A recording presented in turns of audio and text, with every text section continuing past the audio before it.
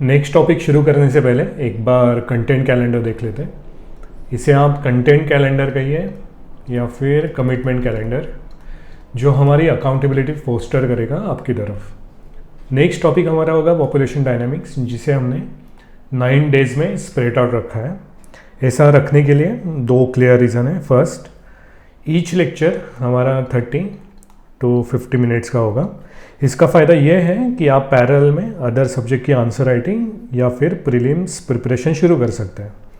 तो ये कोर्स आपका जो पहले से शेड्यूल बना है उसे ब्लॉक करने के लिए नहीं, बट आपके शेड्यूल के साथ फिट बैठने के लिए डिज़ाइन है।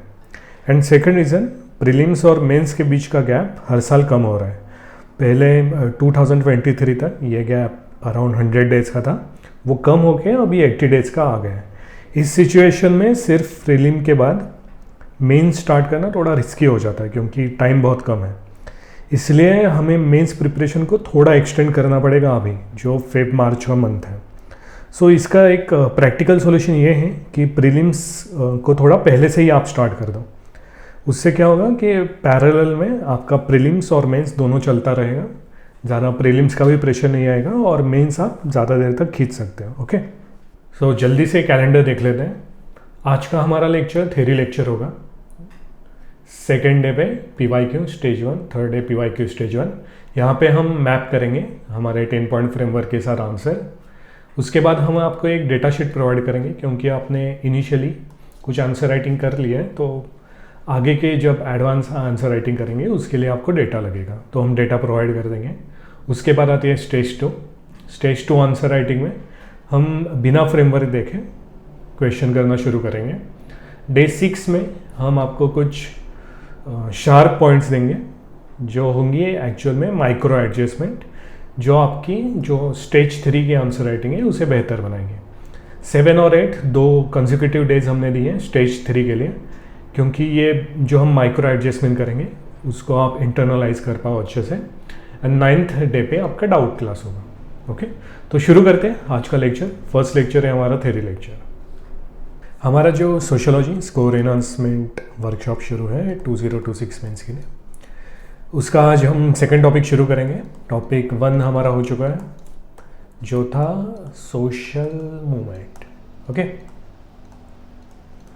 सोशल मूवमेंट जो हमारा फ्रेमवर्क था AOIC MIC VTI, जो लॉजिकली फ्लो हो रहा था किसी भी सोशल मूवमेंट को बताने के लिए। ओके, आज हम सेकंड टॉपिक जो शुरू कर रहे हैं वो है population dynamic.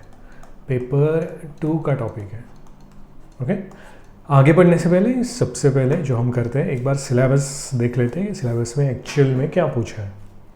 So population dynamics paper 2 subsection A में पूछा गया है कि population size, growth, composition, distribution. Okay, सो पॉपुलेशन मतलब क्या होता है, सिंपल सी बात है कि सेम स्पेसीज का जब ग्रुप होता है उस ग्रुप को कहते हैं पॉपुलेशन। ओके, अब अभी हम सोशियोलॉजी पढ़ रहे हैं, तो यहाँ पे कंसिडर करेंगे हम human population. Okay, so point A point में हमें पूछा है पॉपुलेशन साइज, मतलब वो ग्रुप है उसकी साइज़ क्या होगी, वो ग्रोथ कैसे हो रही है, कंपोजिशन कैसी है। ओके, एंड डिस्ट्रीब्यूशन कैसा है। डिस्ट्रीब्यूशन मतलब ये हमारा जो इंडिया है वहाँ पे कहाँ पे वो पॉपुलेशन ज़्यादा है, जैसे ट्राइबल पॉपुलेशन कहाँ पे ज़्यादा है। ओके, कंपोजिशन में मतलब मेल कितने, फीमेल कितने, ये सब। यहाँ से आपको कोई भी डायरेक्ट क्वेश्चन नहीं आएगा, बट आपको फर्स्ट पॉइंट इसलिए चाहिए क्योंकि आगे जो भी क्वेश्चंस आएंगे वहाँ पे आपको यहाँ से फैक्ट्स पुट अप करने पड़ेंगे, इसलिए पॉइंट ए ज़रूरी है। ओके, तो इस पर कोई क्वेश्चन ही नहीं आ रहा तो हम इसके आंसर राइटिंग भी नहीं करेंगे। क्वेश्चन ही नहीं है तो आंसर राइटिंग कहाँ से करें, राइट। तो हम इसकी एक डेटा शीट आपको दे देंगे, क्योंकि डेटा यहाँ पे इम्पॉर्टेंट है कलेक्ट करना आगे क्वेश्चन के लिए, क्योंकि UPSC की डिमांड है कि आपको डेटा पता होना चाहिए। पॉइंट 2 भी से भी आपको क्वेश्चन नहीं आएगा। पॉइंट 2 में एक थ्योरी दी हुई है एक्चुअल में, एक population growth theory. Population growth theory कहती है कि किसी भी लोकेशन की, सपोज आप ये ले लीजिए AP और उड़ीसा का एरिया, तो यहाँ पे अगर पॉपुलेशन चेंज हो रही है तो वो क्यों चेंज हो रही है, ये बताती है पॉपुलेशन ग्रोथ थ्योरी, जिसके होते हैं 3 कंपोनेंट। एक तो वहाँ पे बर्थ रेट कम हो रहा होगा या बहुत बढ़ गया होगा, वहाँ पे डेथ घट गई होंगी या बढ़ गई होंगी, या बाहर से लोग वहाँ पे आ गए होंगे। ओनली 3 रीजन्स जिसके वजह से पॉपुलेशन यहाँ पे चेंज हो गए, ठीक। तो कंपोनेंट ऑफ पॉपुलेशन, इसमें आपको इसमें ज़्यादा क्वेश्चन नहीं पूछेंगे, बट देखते बाद में, ठीक है, किस में कितने क्वेश्चन, अभी सिलेबस देख लेते हैं। थर्ड है population policy and family planning. अगर कोई भी इशू हो रहा है किसी एरिया में तो उसे कंट्रोल कौन करेगा? उसे तो पॉलिसी या फिर फैमिली प्लानिंग से कंट्रोल करना पड़ेगा, जो करता है गवर्नमेंट, ठीक है। तो हमारा लॉजिकली फ्लो जा रहा है, सी तक गया। अभी हमारा डी पॉइंट है इमर्जिंग इशू, जो हमारा सबसे इम्पॉर्टेंट पॉइंट है, क्योंकि क्वेश्चन आएंगे यही से। इमर्जिंग इशू में आएगा आपका एजिंग में आएगा कि एज ओल्ड जो लोग हैं उनका क्या इशू फेस कर रहे हैं इंडिया में, ओके। सेक्स रेशो कैसे वेरी कर रहा है, सेक्स रेशो अडल्ट का भी हो सकता है या चाइल्ड का भी हो सकता है, ठीक। चाइल्ड या इन्फेंट मोर्टेलिटी का क्या इशू है इंडिया में, क्योंकि ये अपना SDG गोल है, तो इसका थोड़ा वेटेज बढ़ गया है आजकल, ठीक है। और एक हो गया अपना रिप्रोडक्टिव हेल्थ, तो जो नेशनल फैमिली हेल्थ सर्वे आया था जिसमें कहा था कि फर्टिलिटी रेट इंडिया का 2.1 हो चुका है, ओके। बट वही कि ये एग्रीगेटेड रेट है, मतलब एवरेज तो अलग है, जैसे बिहार का तो 3 है और केरला का 1.8 है। तो ऐसे कुछ इशू हैं इंडिया में जो हमें पढ़ने पड़ेंगे, समझने पड़ेंगे, ओके। बट ये समझते हुए हम बस थ्योरी थोड़ी लिखेंगे, हमें फैक्ट भी पता चाहिए, इसलिए पॉइंट ए ज़रूरी है, ओके।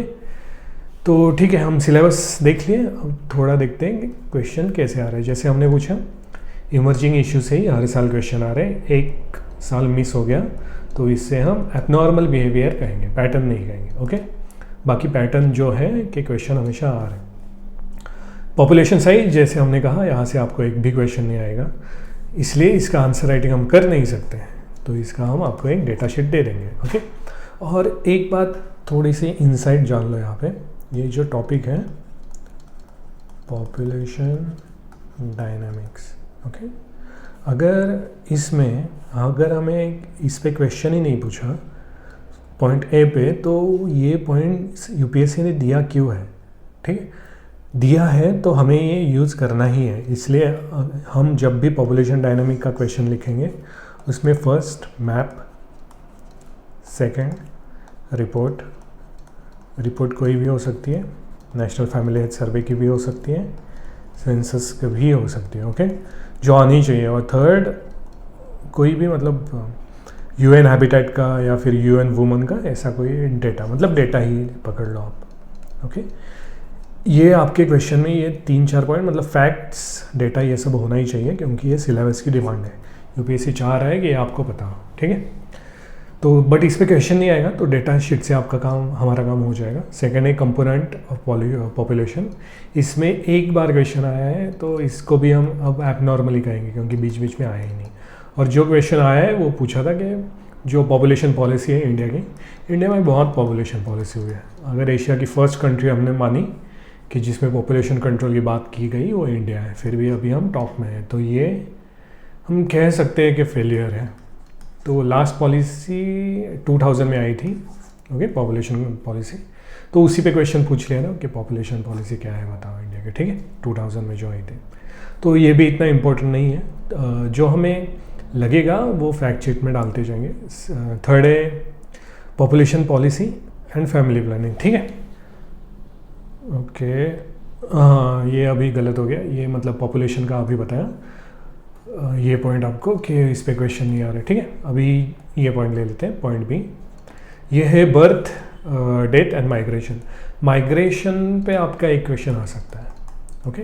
आया नहीं है बहुत सालों से, बीच में आया लास्ट 2025 में, तो 26 में फिर नहीं है, फिर भी आपके सेक के लिए माइग्रेशन का हम आपको एक फिर से फैक्ट शीट या एक फॉर्मेट प्रोवाइड कर देंगे, जिससे माइग्रेशन का कोई भी क्वेश्चन आए वो आपका सॉल्व, अगर आया तो आने के चांसेस कम है, ओके। और मेन फोकस जो हमारा होगा वो होगा पॉइंट 4 पे, यहाँ पे हमारा 10 पॉइंट फ्रेमवर्क काम आएगा, ओके। अगर हर एक पॉइंट के लिए मतलब ज़रूरत नहीं थी कि हम हर एक पॉइंट को 10 पॉइंट फ्रेमवर्क में एडजस्ट कर दें, क्योंकि क्वेश्चन ही नहीं आ रहे, तो हम स्पेसिफिकली इसी के लिए गए, ओके। तो इमर्जिंग इशू का हमारा होगा 10 पॉइंट फ्रेमवर्क, जो हम थ्योरी एक्चुअल में पढ़ने वाले हैं, ओके।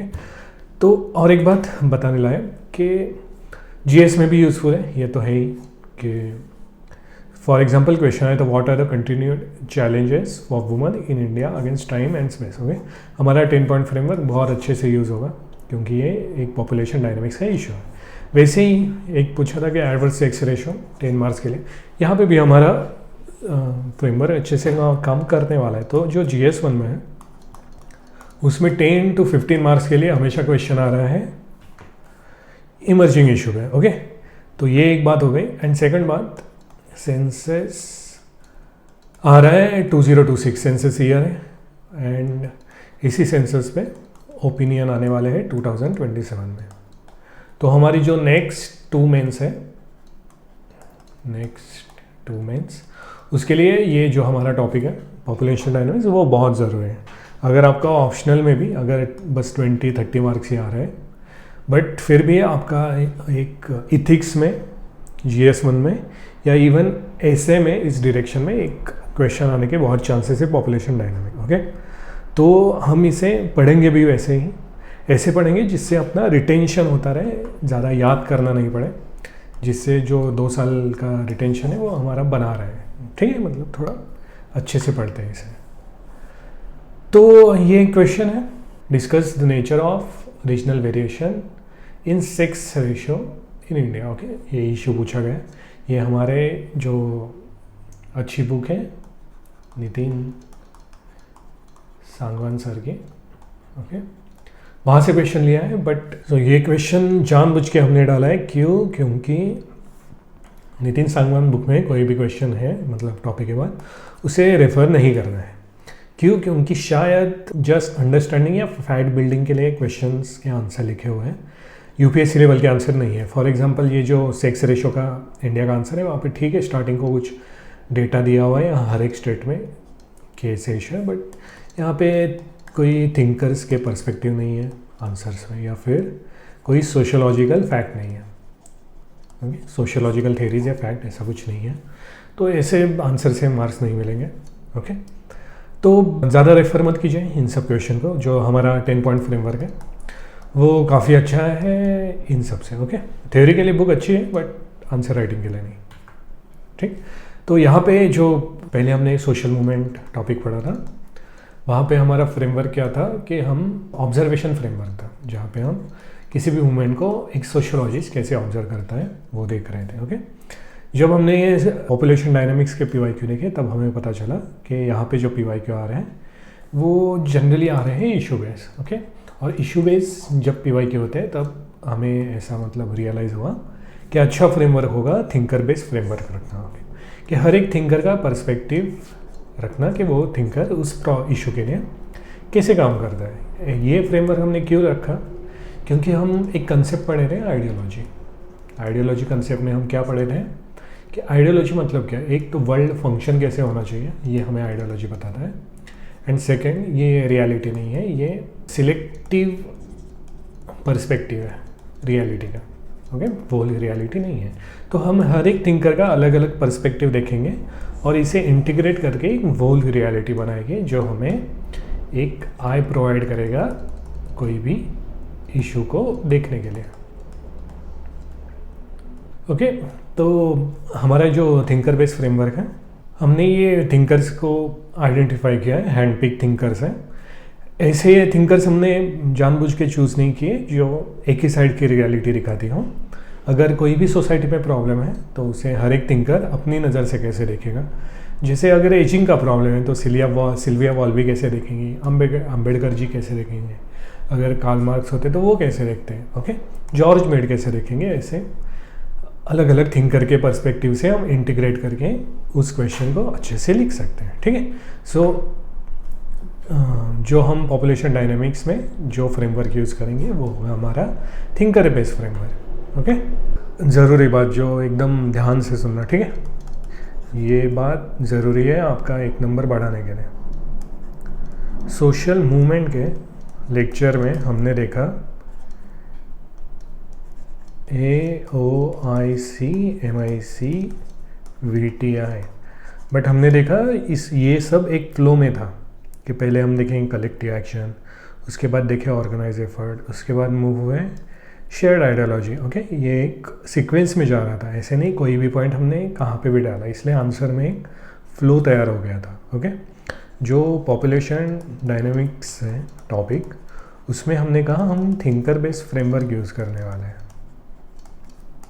ओके, बट हमने क्या किया है, ये जो थिंकर बेस्ड फ्रेमवर्क है उसमें भी एक, सपोज हमने पहले सिल्विया वॉल्बी को पढ़ा, तो सिल्विया वॉल्बी से अंबेडकर जी तक जाते हुए या अंबेडकर जी से आगे जाने को एक फ्लो ही मेंटेन रखा है हमने।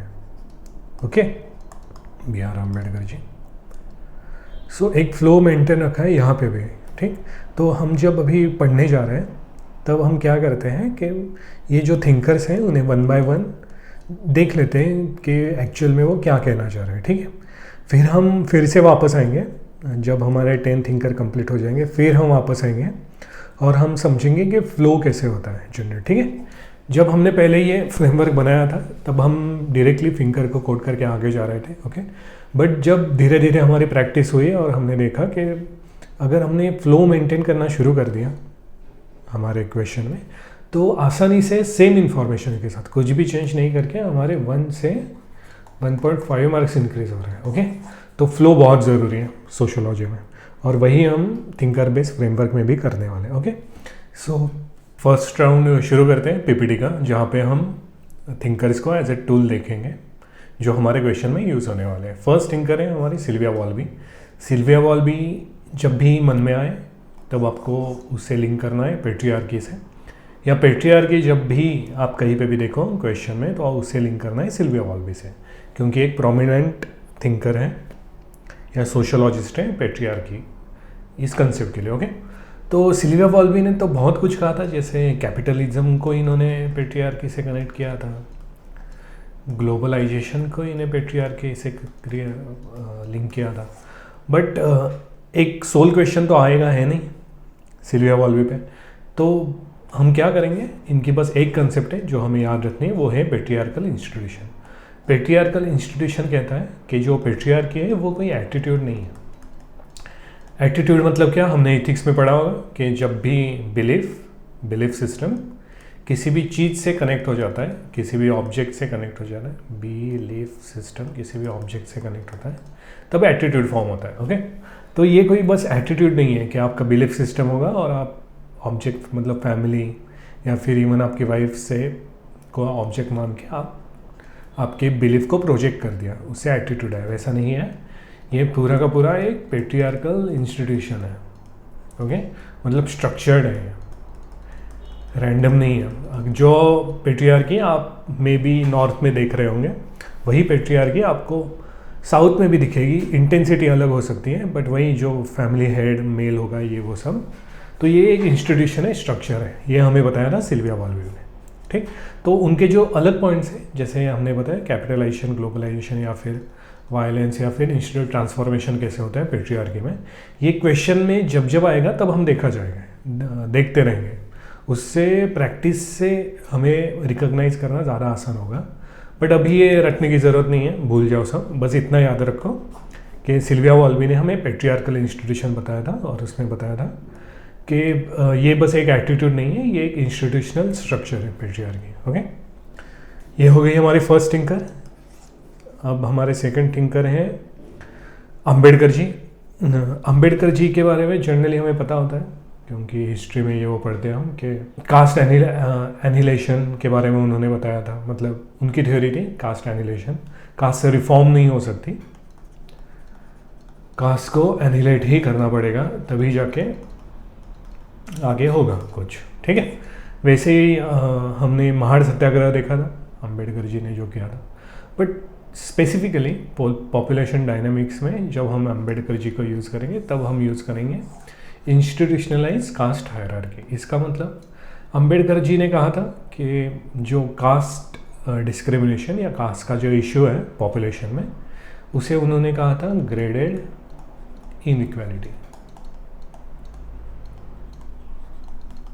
ओके, ग्रेडेड इनइक्वालिटी मतलब ये बस कास्ट डिस्क्रिमिनेशन, ये बस इनइक्वालिटी नहीं है कि आप हायर कास्ट हो गए मैं लोअर कास्ट हो गया इनइक्वालिटी हो गई, नहीं, ये ग्रेडेड सिस्टम है। ग्रेडेड मतलब सपोज 4 वर्ण अपने ले लीजिए, जो है ब्राह्मण, क्षत्रिय, वैश्य, शूद्र। ब्राह्मण उनके नीचे जो है उनको एक्सप्लॉइट करेंगे, क्षत्रिय उनके नीचे है उनको एक्सप्लॉइट करेंगे, और वैश्य उनके नीचे जो शूद्र है उन्हें एक्सप्लॉइट करेंगे। तो अपर कास्ट लोअर कास्ट को हमेशा एक्सप्लॉइट करती है, बट ये टू वे डिवीजन नहीं है, ये ग्रेड में होता है अलग अलग, इसलिए इन्हें कहा ग्रेडेड इनइक्वालिटी। इवन जो शूद्र क्लास है, कास्ट है, क्लास नहीं कास्ट है, उनमें भी अगर मेल हो आप या फिर आप फीमेल हो तो फीमेल को ज़्यादा बर्डन फेस करना पड़ेगा। क्यों? क्योंकि यहाँ पे पेट्रियार्की भी आ गई और कास्ट भी आ गई, ठीक है।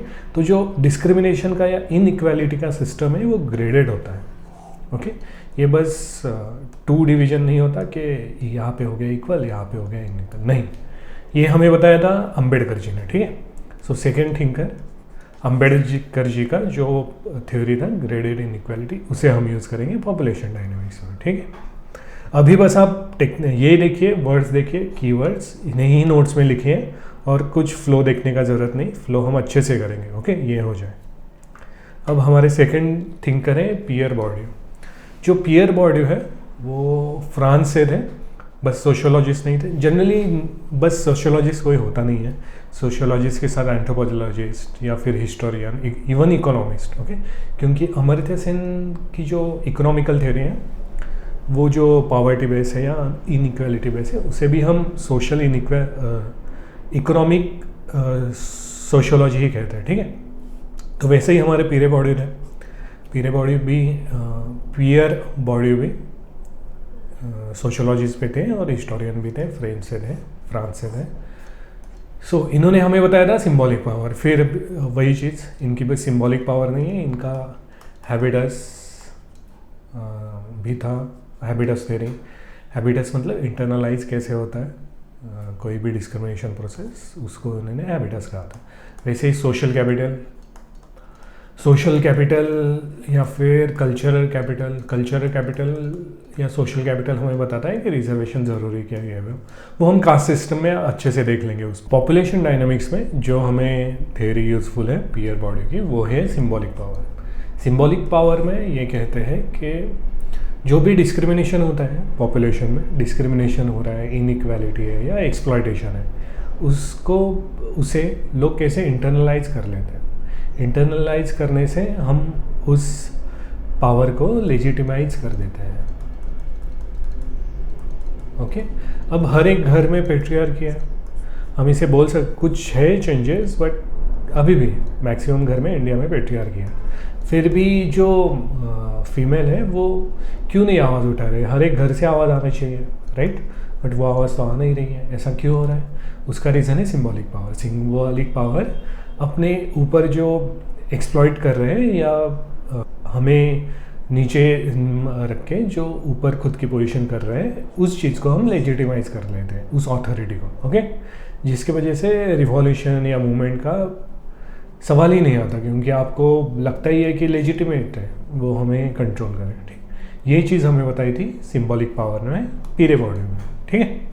सो नेक्स्ट हमारे हैं जॉर्ज मेड।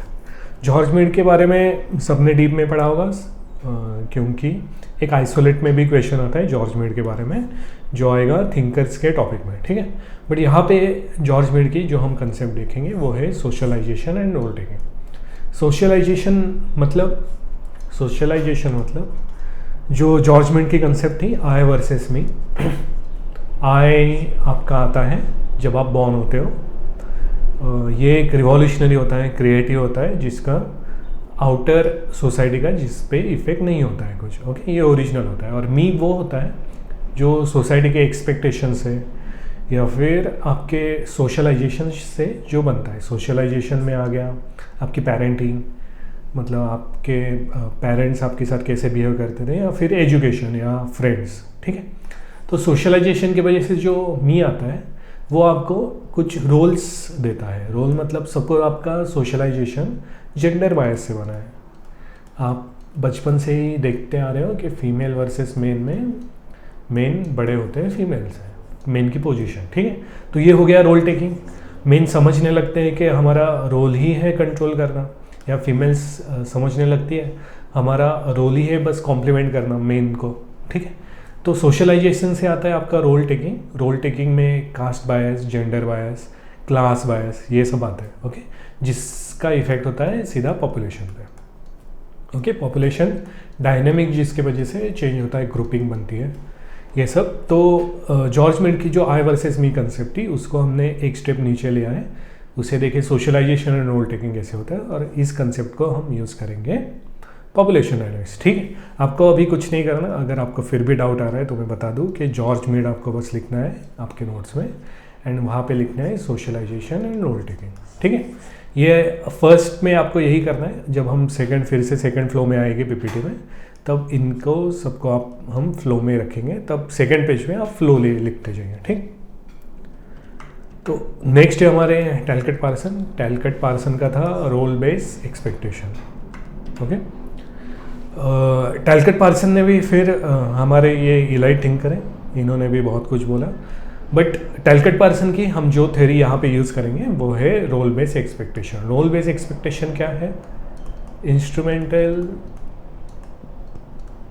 And expressive. समाज के किसी भी रोल को इन्होंने दो पार्ट में डिवाइड किया था, एक है इंस्ट्रूमेंटल, एक्सप्रेसिव। अगर आप घर में ब्रेड विनर हो, आप मेल हो, तो आपका रोल होगा इंस्ट्रूमेंटल। अगर आप वुमन हो तो आपका रोल होगा केयर गिवर, मतलब आपको केयर देना, अनपेड लेबर वर्क, ये आपका एक्सप्रेसिव रोल होगा। बट टैलकट पार्सन हो गए हमारे फंक्शनलिस्ट, ठीक है। इनका अप्रोच था फंक्शनलिस्ट। फंक्शनलिस्ट मतलब कोई भी चीज़ हो समाज में, वो क्यों हो रहा है तो उसके पीछे कोई फंक्शन होगा, उसके वजह से वो चीज़ हो रही है, ये अप्रोच रहता है फंक्शनलिस्ट का।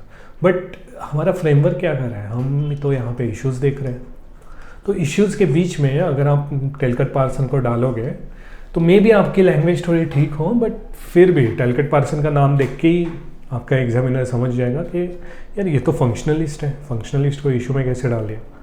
बट इनको यहाँ पे रहना भी ज़रूरी है, क्योंकि यहाँ पे इंस्ट्रूमेंटल एंड एक्सप्रेसिव रोल ये बहुत अच्छी कंसेप्ट है जो पॉपुलेशन डायनेमिक्स को समझाने में हेल्प करती है। इसलिए इनके साथ हम जब भी यूज़ करेंगे तब एना ऑकले को यूज़ करेंगे। एना ऑकले की एक सिंपल थ्योरी थी, डोमेस्टिक लेबर बर्डन। जब टैलकट पार्सन ने कहा कि एक्सप्रेसिव रोल वुमन का होता है, तब एना ऑकले कहती है जो एक्सप्रेसिव रोल है वो एक्चुअल में डोमेस्टिक लेबर बर्डन है, क्योंकि जो वर्क होता है वो अनपेड होता है।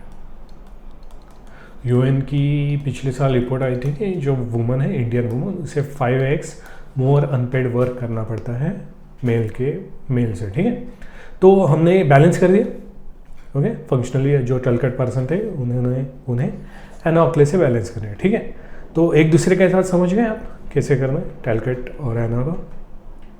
सो नेक्स्ट हमारे कार्ल मार्क्स, फिर से हम वही इलाइट थिंक करें, रोल बेस नहीं। कार्ल मार्क्स की थी economic exploitation theory, okay, exploitation, ठीक है। इन्होंने इसमें कहा था मोड्स ऑफ प्रोडक्शन। ये वर्ड्स आपको सबको पता होंगे ऐसा मैं मान के चल रहा हूँ, क्योंकि ज़रूरी है जानना, ओके। तो यहाँ पे एक्सप्लेन करके टाइम नहीं जाएंगे, मतलब टाइम नहीं वेस्ट करेंगे हम। तो मोड्स ऑफ प्रोडक्शन में इन्होंने कहा था मोड्स ऑफ प्रोडक्शन हर एक क्लास का, मतलब क्या, हर एक क्लास का मोड्स ऑफ प्रोडक्शन पे कितना कंट्रोल है उस हिसाब से ग्रुपिंग बनती है, ठीक है।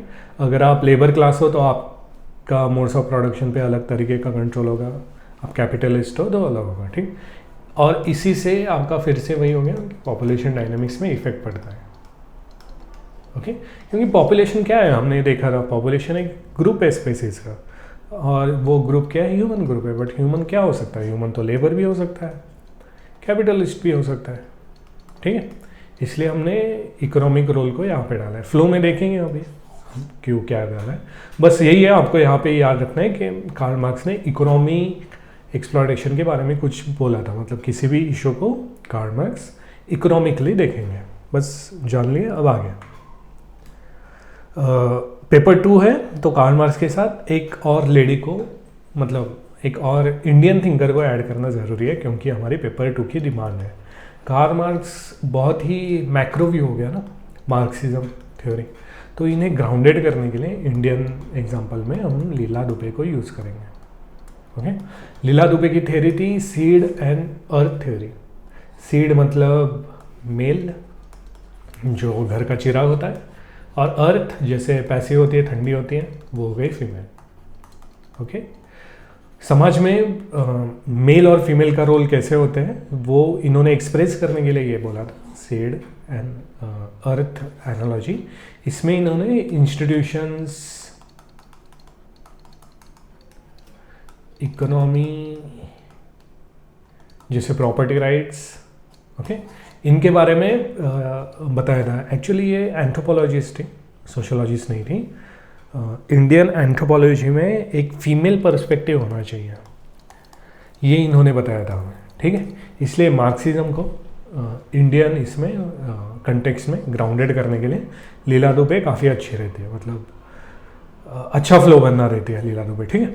तो लीला दुबे के बारे में एक ही आपको याद रखना है, ये उनकी थ्योरी सीड एंड अर्थ। समझ गए आप, सीड मतलब मेल, अर्थ मतलब फीमेल, और सीड एंड अर्थ में उन्होंने अलग अलग बताया था कि जैसे इंस्टीट्यूशन कैसे फेमिनिस्ट एंगल से देख से, इकोनॉमी के कैसे फेमिनिस्ट एंगल से देख सकते हैं, ठीक है।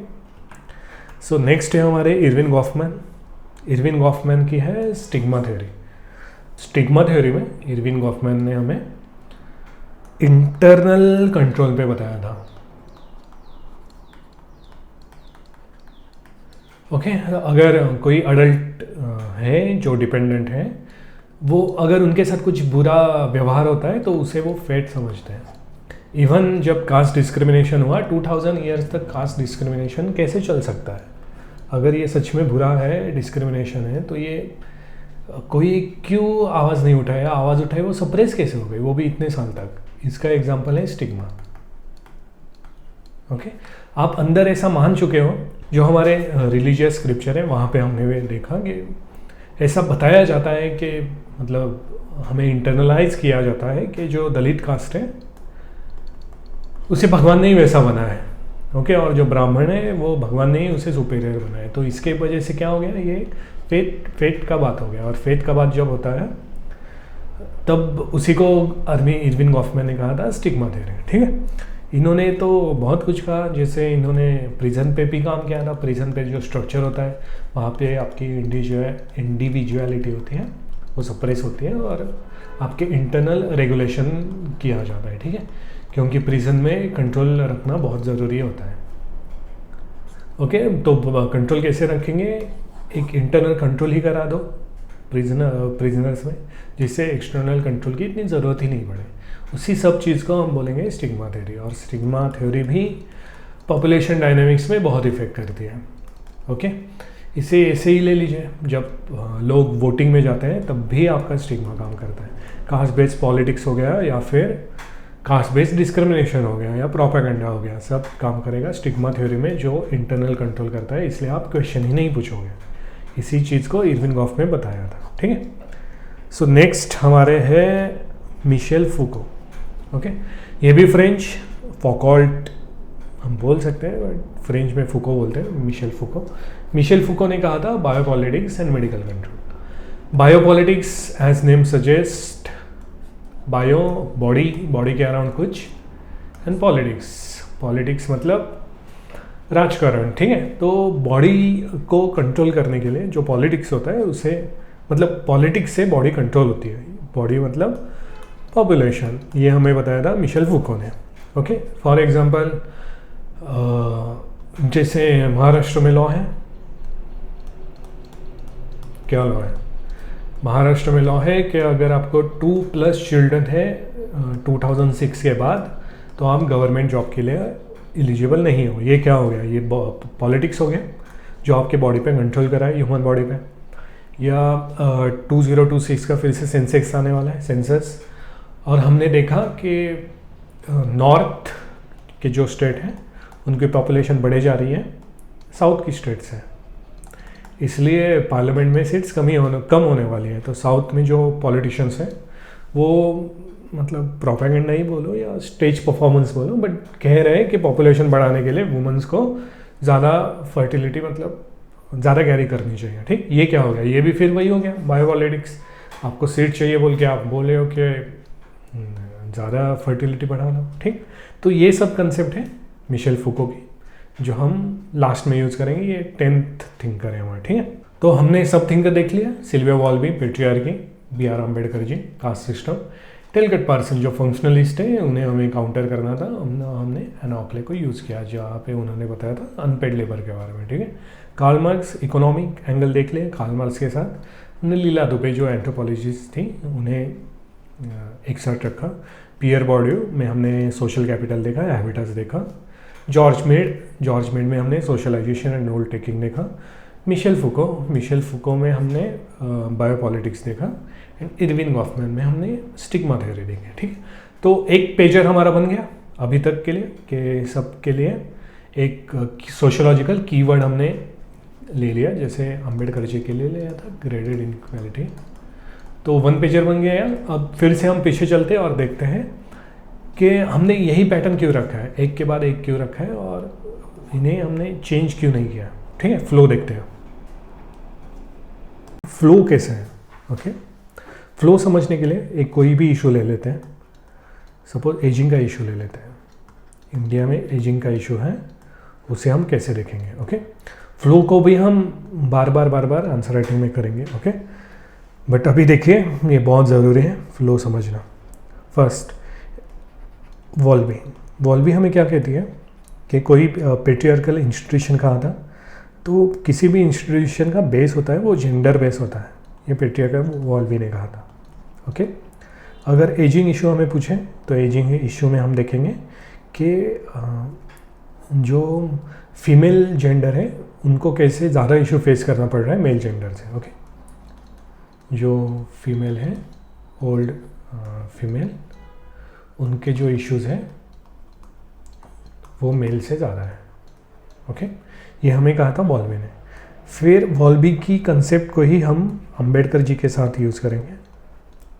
मतलब फर्स्ट पैराग्राफ हमने वॉल्बी का लिखा, सेकंड अंबेडकर जी का लिखा, बट डायरेक्ट अंबेडकर जी को नहीं हम कोट करेंगे। हम लिखेंगे यहाँ पे कि अंबेडकर जी की जो ग्रेडेड इनइक्वालिटी थी वो वॉल्बी के कंसेप्ट को कैसे इंडियन कंसेप्ट में मोल्ड करती है। यहाँ पे हम देखेंगे कास्ट प्लस जेंडर, जिसका मतलब हम यहाँ पे बस देखे थे फीमेल इशू क्या है, अब हम देखेंगे दलित फीमेल जो एज्ड मतलब ज़्यादा है उम्र में, उनका क्या इशू है, ओके। कनेक्ट कर लिया हमने। अब हम थर्ड पॉइंट देखेंगे पियर बॉर्डियू कह रहे थे सिंबॉलिक पावर, ठीक। तो हम सिंबॉलिक पावर में समझने का ट्राई करेंगे कि ये जो हो रहा है, मतलब फीमेल के साथ या दलित फीमेल के साथ जो इशू हो रहा है, उसके खिलाफ आवाज़ क्यों नहीं उठाते, ये सबको लेजिटिमाइज क्यों लगता है, ये नॉर्मलाइज क्यों लगता है, ओके। फ्लो में हम गए, वॉल्बी का देखिए जेंडर, कि जेंडर इनइक्वालिटी कैसे है। सेकेंड आए कि कास्ट प्लस जेंडर इनइक्वालिटी कैसे है, और अगर इतनी इनइक्वालिटी है तो लोग आवाज़ क्यों नहीं उठा रहे, सबको लेजिटिमाइज या नॉर्मलाइज क्यों लग रहा है, ये हमने देखे पियर बॉर्डियू से, ओके। फिर हम उनके बाद जाएंगे पियर बॉर्डियू के बाद जॉर्ज मीड पे, ठीक। जॉर्ज मीड की थ्योरी जो थी वो थी सोशलाइजेशन, कि सोशलाइजेशन इंटरनलाइज हो जाता है जो भी कंडीशन हो गया, ओके। तो ये जो कल्चर बना है वो कंटिन्यू के है, ठीक है। हमने मान लिया कि एक जनरेशन के साथ हुआ, बट हर एक जनरेशन के साथ क्यों हो रहा है, वो हो रहा है सोशलाइजेशन की वजह से, क्योंकि हम बचपन से ही हमारा सोशलाइजेशन ऐसे हो रहा है जिसके वजह से ये कंटिन्यूअस शुरू है, ठीक है। सो हमने कनेक्ट कर लिया जॉर्ज मीड को। जॉर्ज मीड के बाद हम देखेंगे कि जो इकोनॉमिक स्पेस होता है या इकोनॉमिक रोल होता है वो कैसे ज़्यादा स्ट्रेंथन कर देता है इस स्ट्रक्चर को, ये पूरे स्ट्रक्चर को, ठीक।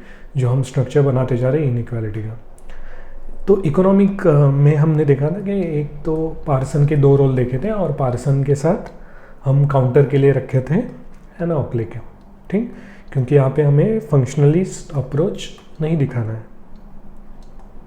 ठीक है। इकोनॉमिक में हमने ये दोनों को बता दिया। फिर इसी के साथ इकोनॉमिक के साथ ही हम जोड़ेंगे मार्क्स को एंड लीला दुबे को, ओके। पहले हम पार्सन में एना ऑक्ले में इकोनॉमिक स्ट्रक्चर देखेंगे, और फिर यहाँ पे इकोनॉमिक एक्सप्लॉयटेशन देखेंगे, ठीक है। इसके बाद हमारे आते हैं गॉफमैन गॉफमैन में हम जो भी हम देख रहे हैं अभी तक वो थोड़ी मैक्रो थ्योरी थी, राइट, कि हम पॉपुलेशन डायनामिक्स के हिसाब से देख रहे थे, बट गॉफमैन की थ्योरी क्या थी, स्टिग्मा थ्योरी थी। ओके, नेक्स्ट पेज में जाते हैं, थोड़ा खुला खुला करते हैं। ओके, गॉफमैन पे हम आ गए थे। गॉफमैन की जो थ्योरी थी वो स्टिग्मा थ्योरी थी। ये एक माइक्रो थ्योरी है। स्टिग्मा तो अपने अंदर होता है ना, पॉपुलेशन में नहीं होता है, इंडिविजुअल में होता है। तो इंडिविजुअल में स्टिग्मा कैसे हो, एकदम माइक्रो आ गए हम, मैक्रो स्ट्रक्चर बना के माइक्रो में आ गए। इसके बाद हम आएंगे मिशेल फूको पे। ओके, मिशेल फूको ने स्टेट का जो बताया था, ठीक, कि जनरली क्या होता है कि माइकल फूको ने क्या कहा था कि स्टेट होता है वो पॉपुलेशन को मैनेज करता है। ओके, इंडिविजुअल को केयर नहीं करता। स्टेट का काम है मैनेजमेंट, केयर करना नहीं, क्योंकि केयर की जाती है इंडिविजुअल को, एंड पॉपुलेशन किया जाता है मैनेज। और हमारा टॉपिक है पॉपुलेशन डायनामिक्स। इसके वजह से हमने मिशेल को सबसे एंड में रखा, मिशेल फूको को। ठीक है, तो हम लॉजिक समझ गए हमारे 10 पूरे पॉइंट्स का। आंसर राइटिंग में और देखेंगे, और यहाँ पे भी हम फ्लो को गड़बड़ा नहीं सकते। ओके, जैसे हमारा सोशल मूवमेंट में भी था वही फ्लो रखना है, यहाँ पे भी हमें सेम फ्लो रखना पड़ेगा, कुछ चेंज नहीं करना पड़ेंगे। हम वॉल्बी को देखेंगे। वॉल्बी में देख लिए हम जेंडर को कास्ट के साथ ऐड किए। सिंबॉलिक पावर में देखें कि ये सब कैसे नॉर्मलाइज होता है। नॉर्मलाइज के बाद हम देखें कि one generation to another generation, George Mead ने कैसे बताया कि ये कैसे स्ट्रक्चर आगे बढ़ता है। फिर हमने देखा जब इकोनॉमी कैसे ज़्यादा स्क्वीज कर देते हैं इस इशू का। और फिर देखे कि जब मार्क्स एंड लीला दुबे के हिसाब से कि जो आगे बढ़ा है वो इकोनॉमी कैसे ज़्यादा एक्सप्लॉइट कर देती है। उसके बाद हम आए गॉफमैन पे, क्योंकि अभी तक हम देख रहे थे बस मैक्रो व्यू, एकदम से आ गए माइक्रो, और उसमें स्टिग्मा का बता दिया। उसके बाद हम आए स्टेट पे, क्योंकि स्टेट पॉपुलेशन मैनेजमेंट करता है, इंडिविजुअल केयर नहीं करता। ओके, जो हमारा एक्चुअल में टॉपिक है। तो हो गए हमारे 10 टॉपिक। नेक्स्ट लेक्चर से डायरेक्टली हम आंसर राइटिंग शुरू कर देंगे। ये थ्योरी लेक्चर है, इसके नोट्स बनाना बहुत ज़रूरी है। एक तो आपके टूल्स के नोट्स बना लो एक पेज पे, कि हर एक थिंकर किस डायरेक्शन में सोचने वाला है, और उसके बाद आप उनके फ्लो के नोट्स बना लो। ठीक है, फ्लो के नोट्स के लिए एक चलो काम कर देते हैं, एक आपके लिए एक स्टेटमेंट लिख देता हूँ जिससे आपको फ्लो और अच्छे से समझ में आए। ठीक है, मतलब रिवीजन कर दे हुए हैं। So social problems are produced, okay, social issue देख रहे हैं ना, बाय स्ट्रक्चर्स, जो हमने बताया, किसने बताया, सिल्विया वॉल्बी ने। ठीक है, structures, gender structure, caste structure जो अम्बेडकर जी ने बताया, structures, normalised by culture, okay, symbolic power बन जाती है, ट्रांसमिटेड थ्रू सोशलाइजेशन, मेड के concept, enacted in roles and labor। ये कंसेप्ट पर्सन एंड एनोक्ले, intensified by economy, lived as stigma and inadequate या inadequacy by क्या लिखा हमने, lived as stigma and inadequacy addressed by state। ठीक है, तो अपना आपके नोट्स में ये होना चाहिए कि 2 पेजेस, फर्स्ट पेज में आप हर एक 10 पॉइंट लिखोगे, उसके आगे वो क्या कहना चाह रहा है, ओके, और सेकंड पेज पे आप ये पैराग्राफ लिख लो, ठीक, जिससे आपका फ्लो समझ में आए। तो आपके नोट्स बन गए पूरे सोशल मूवमेंट के। ठीक, तो अगर हमने एक बार देखी ना यहाँ पे कि हमारा एक्चुअल में सोशल मूवमेंट ये पूरा टॉपिक हो चुका है। ओके। जो क्लासेस में हम 4-5 घंटा लेते हैं वो हम अराउंड 30-35 मिनट्स में बहुत अच्छे से कर लिए, जो हमें सोशियोलॉजी के लिए ज़रूरी है। सोशियोलॉजी के लिए मतलब यूपीएससी के सोशियोलॉजी के लिए, ठीक। बट वही है कि हम इसे आगे जाके अब आंसर राइटिंग भी करेंगे, जिससे प्रैक्टिस में ये आपका हो जाए। आंसर राइटिंग में ही 2-3 घंटे की होगी, तो एक 4 घंटे में आपका ये टॉपिक कंप्लीट होने वाला है, पूरा का पूरा फाइनल टॉपिक जो आप एग्ज़ाम में लिखने वाले हैं, ठीक। सो थैंक यू, कंप्लीट हो गया थ्योरी लेक्चर।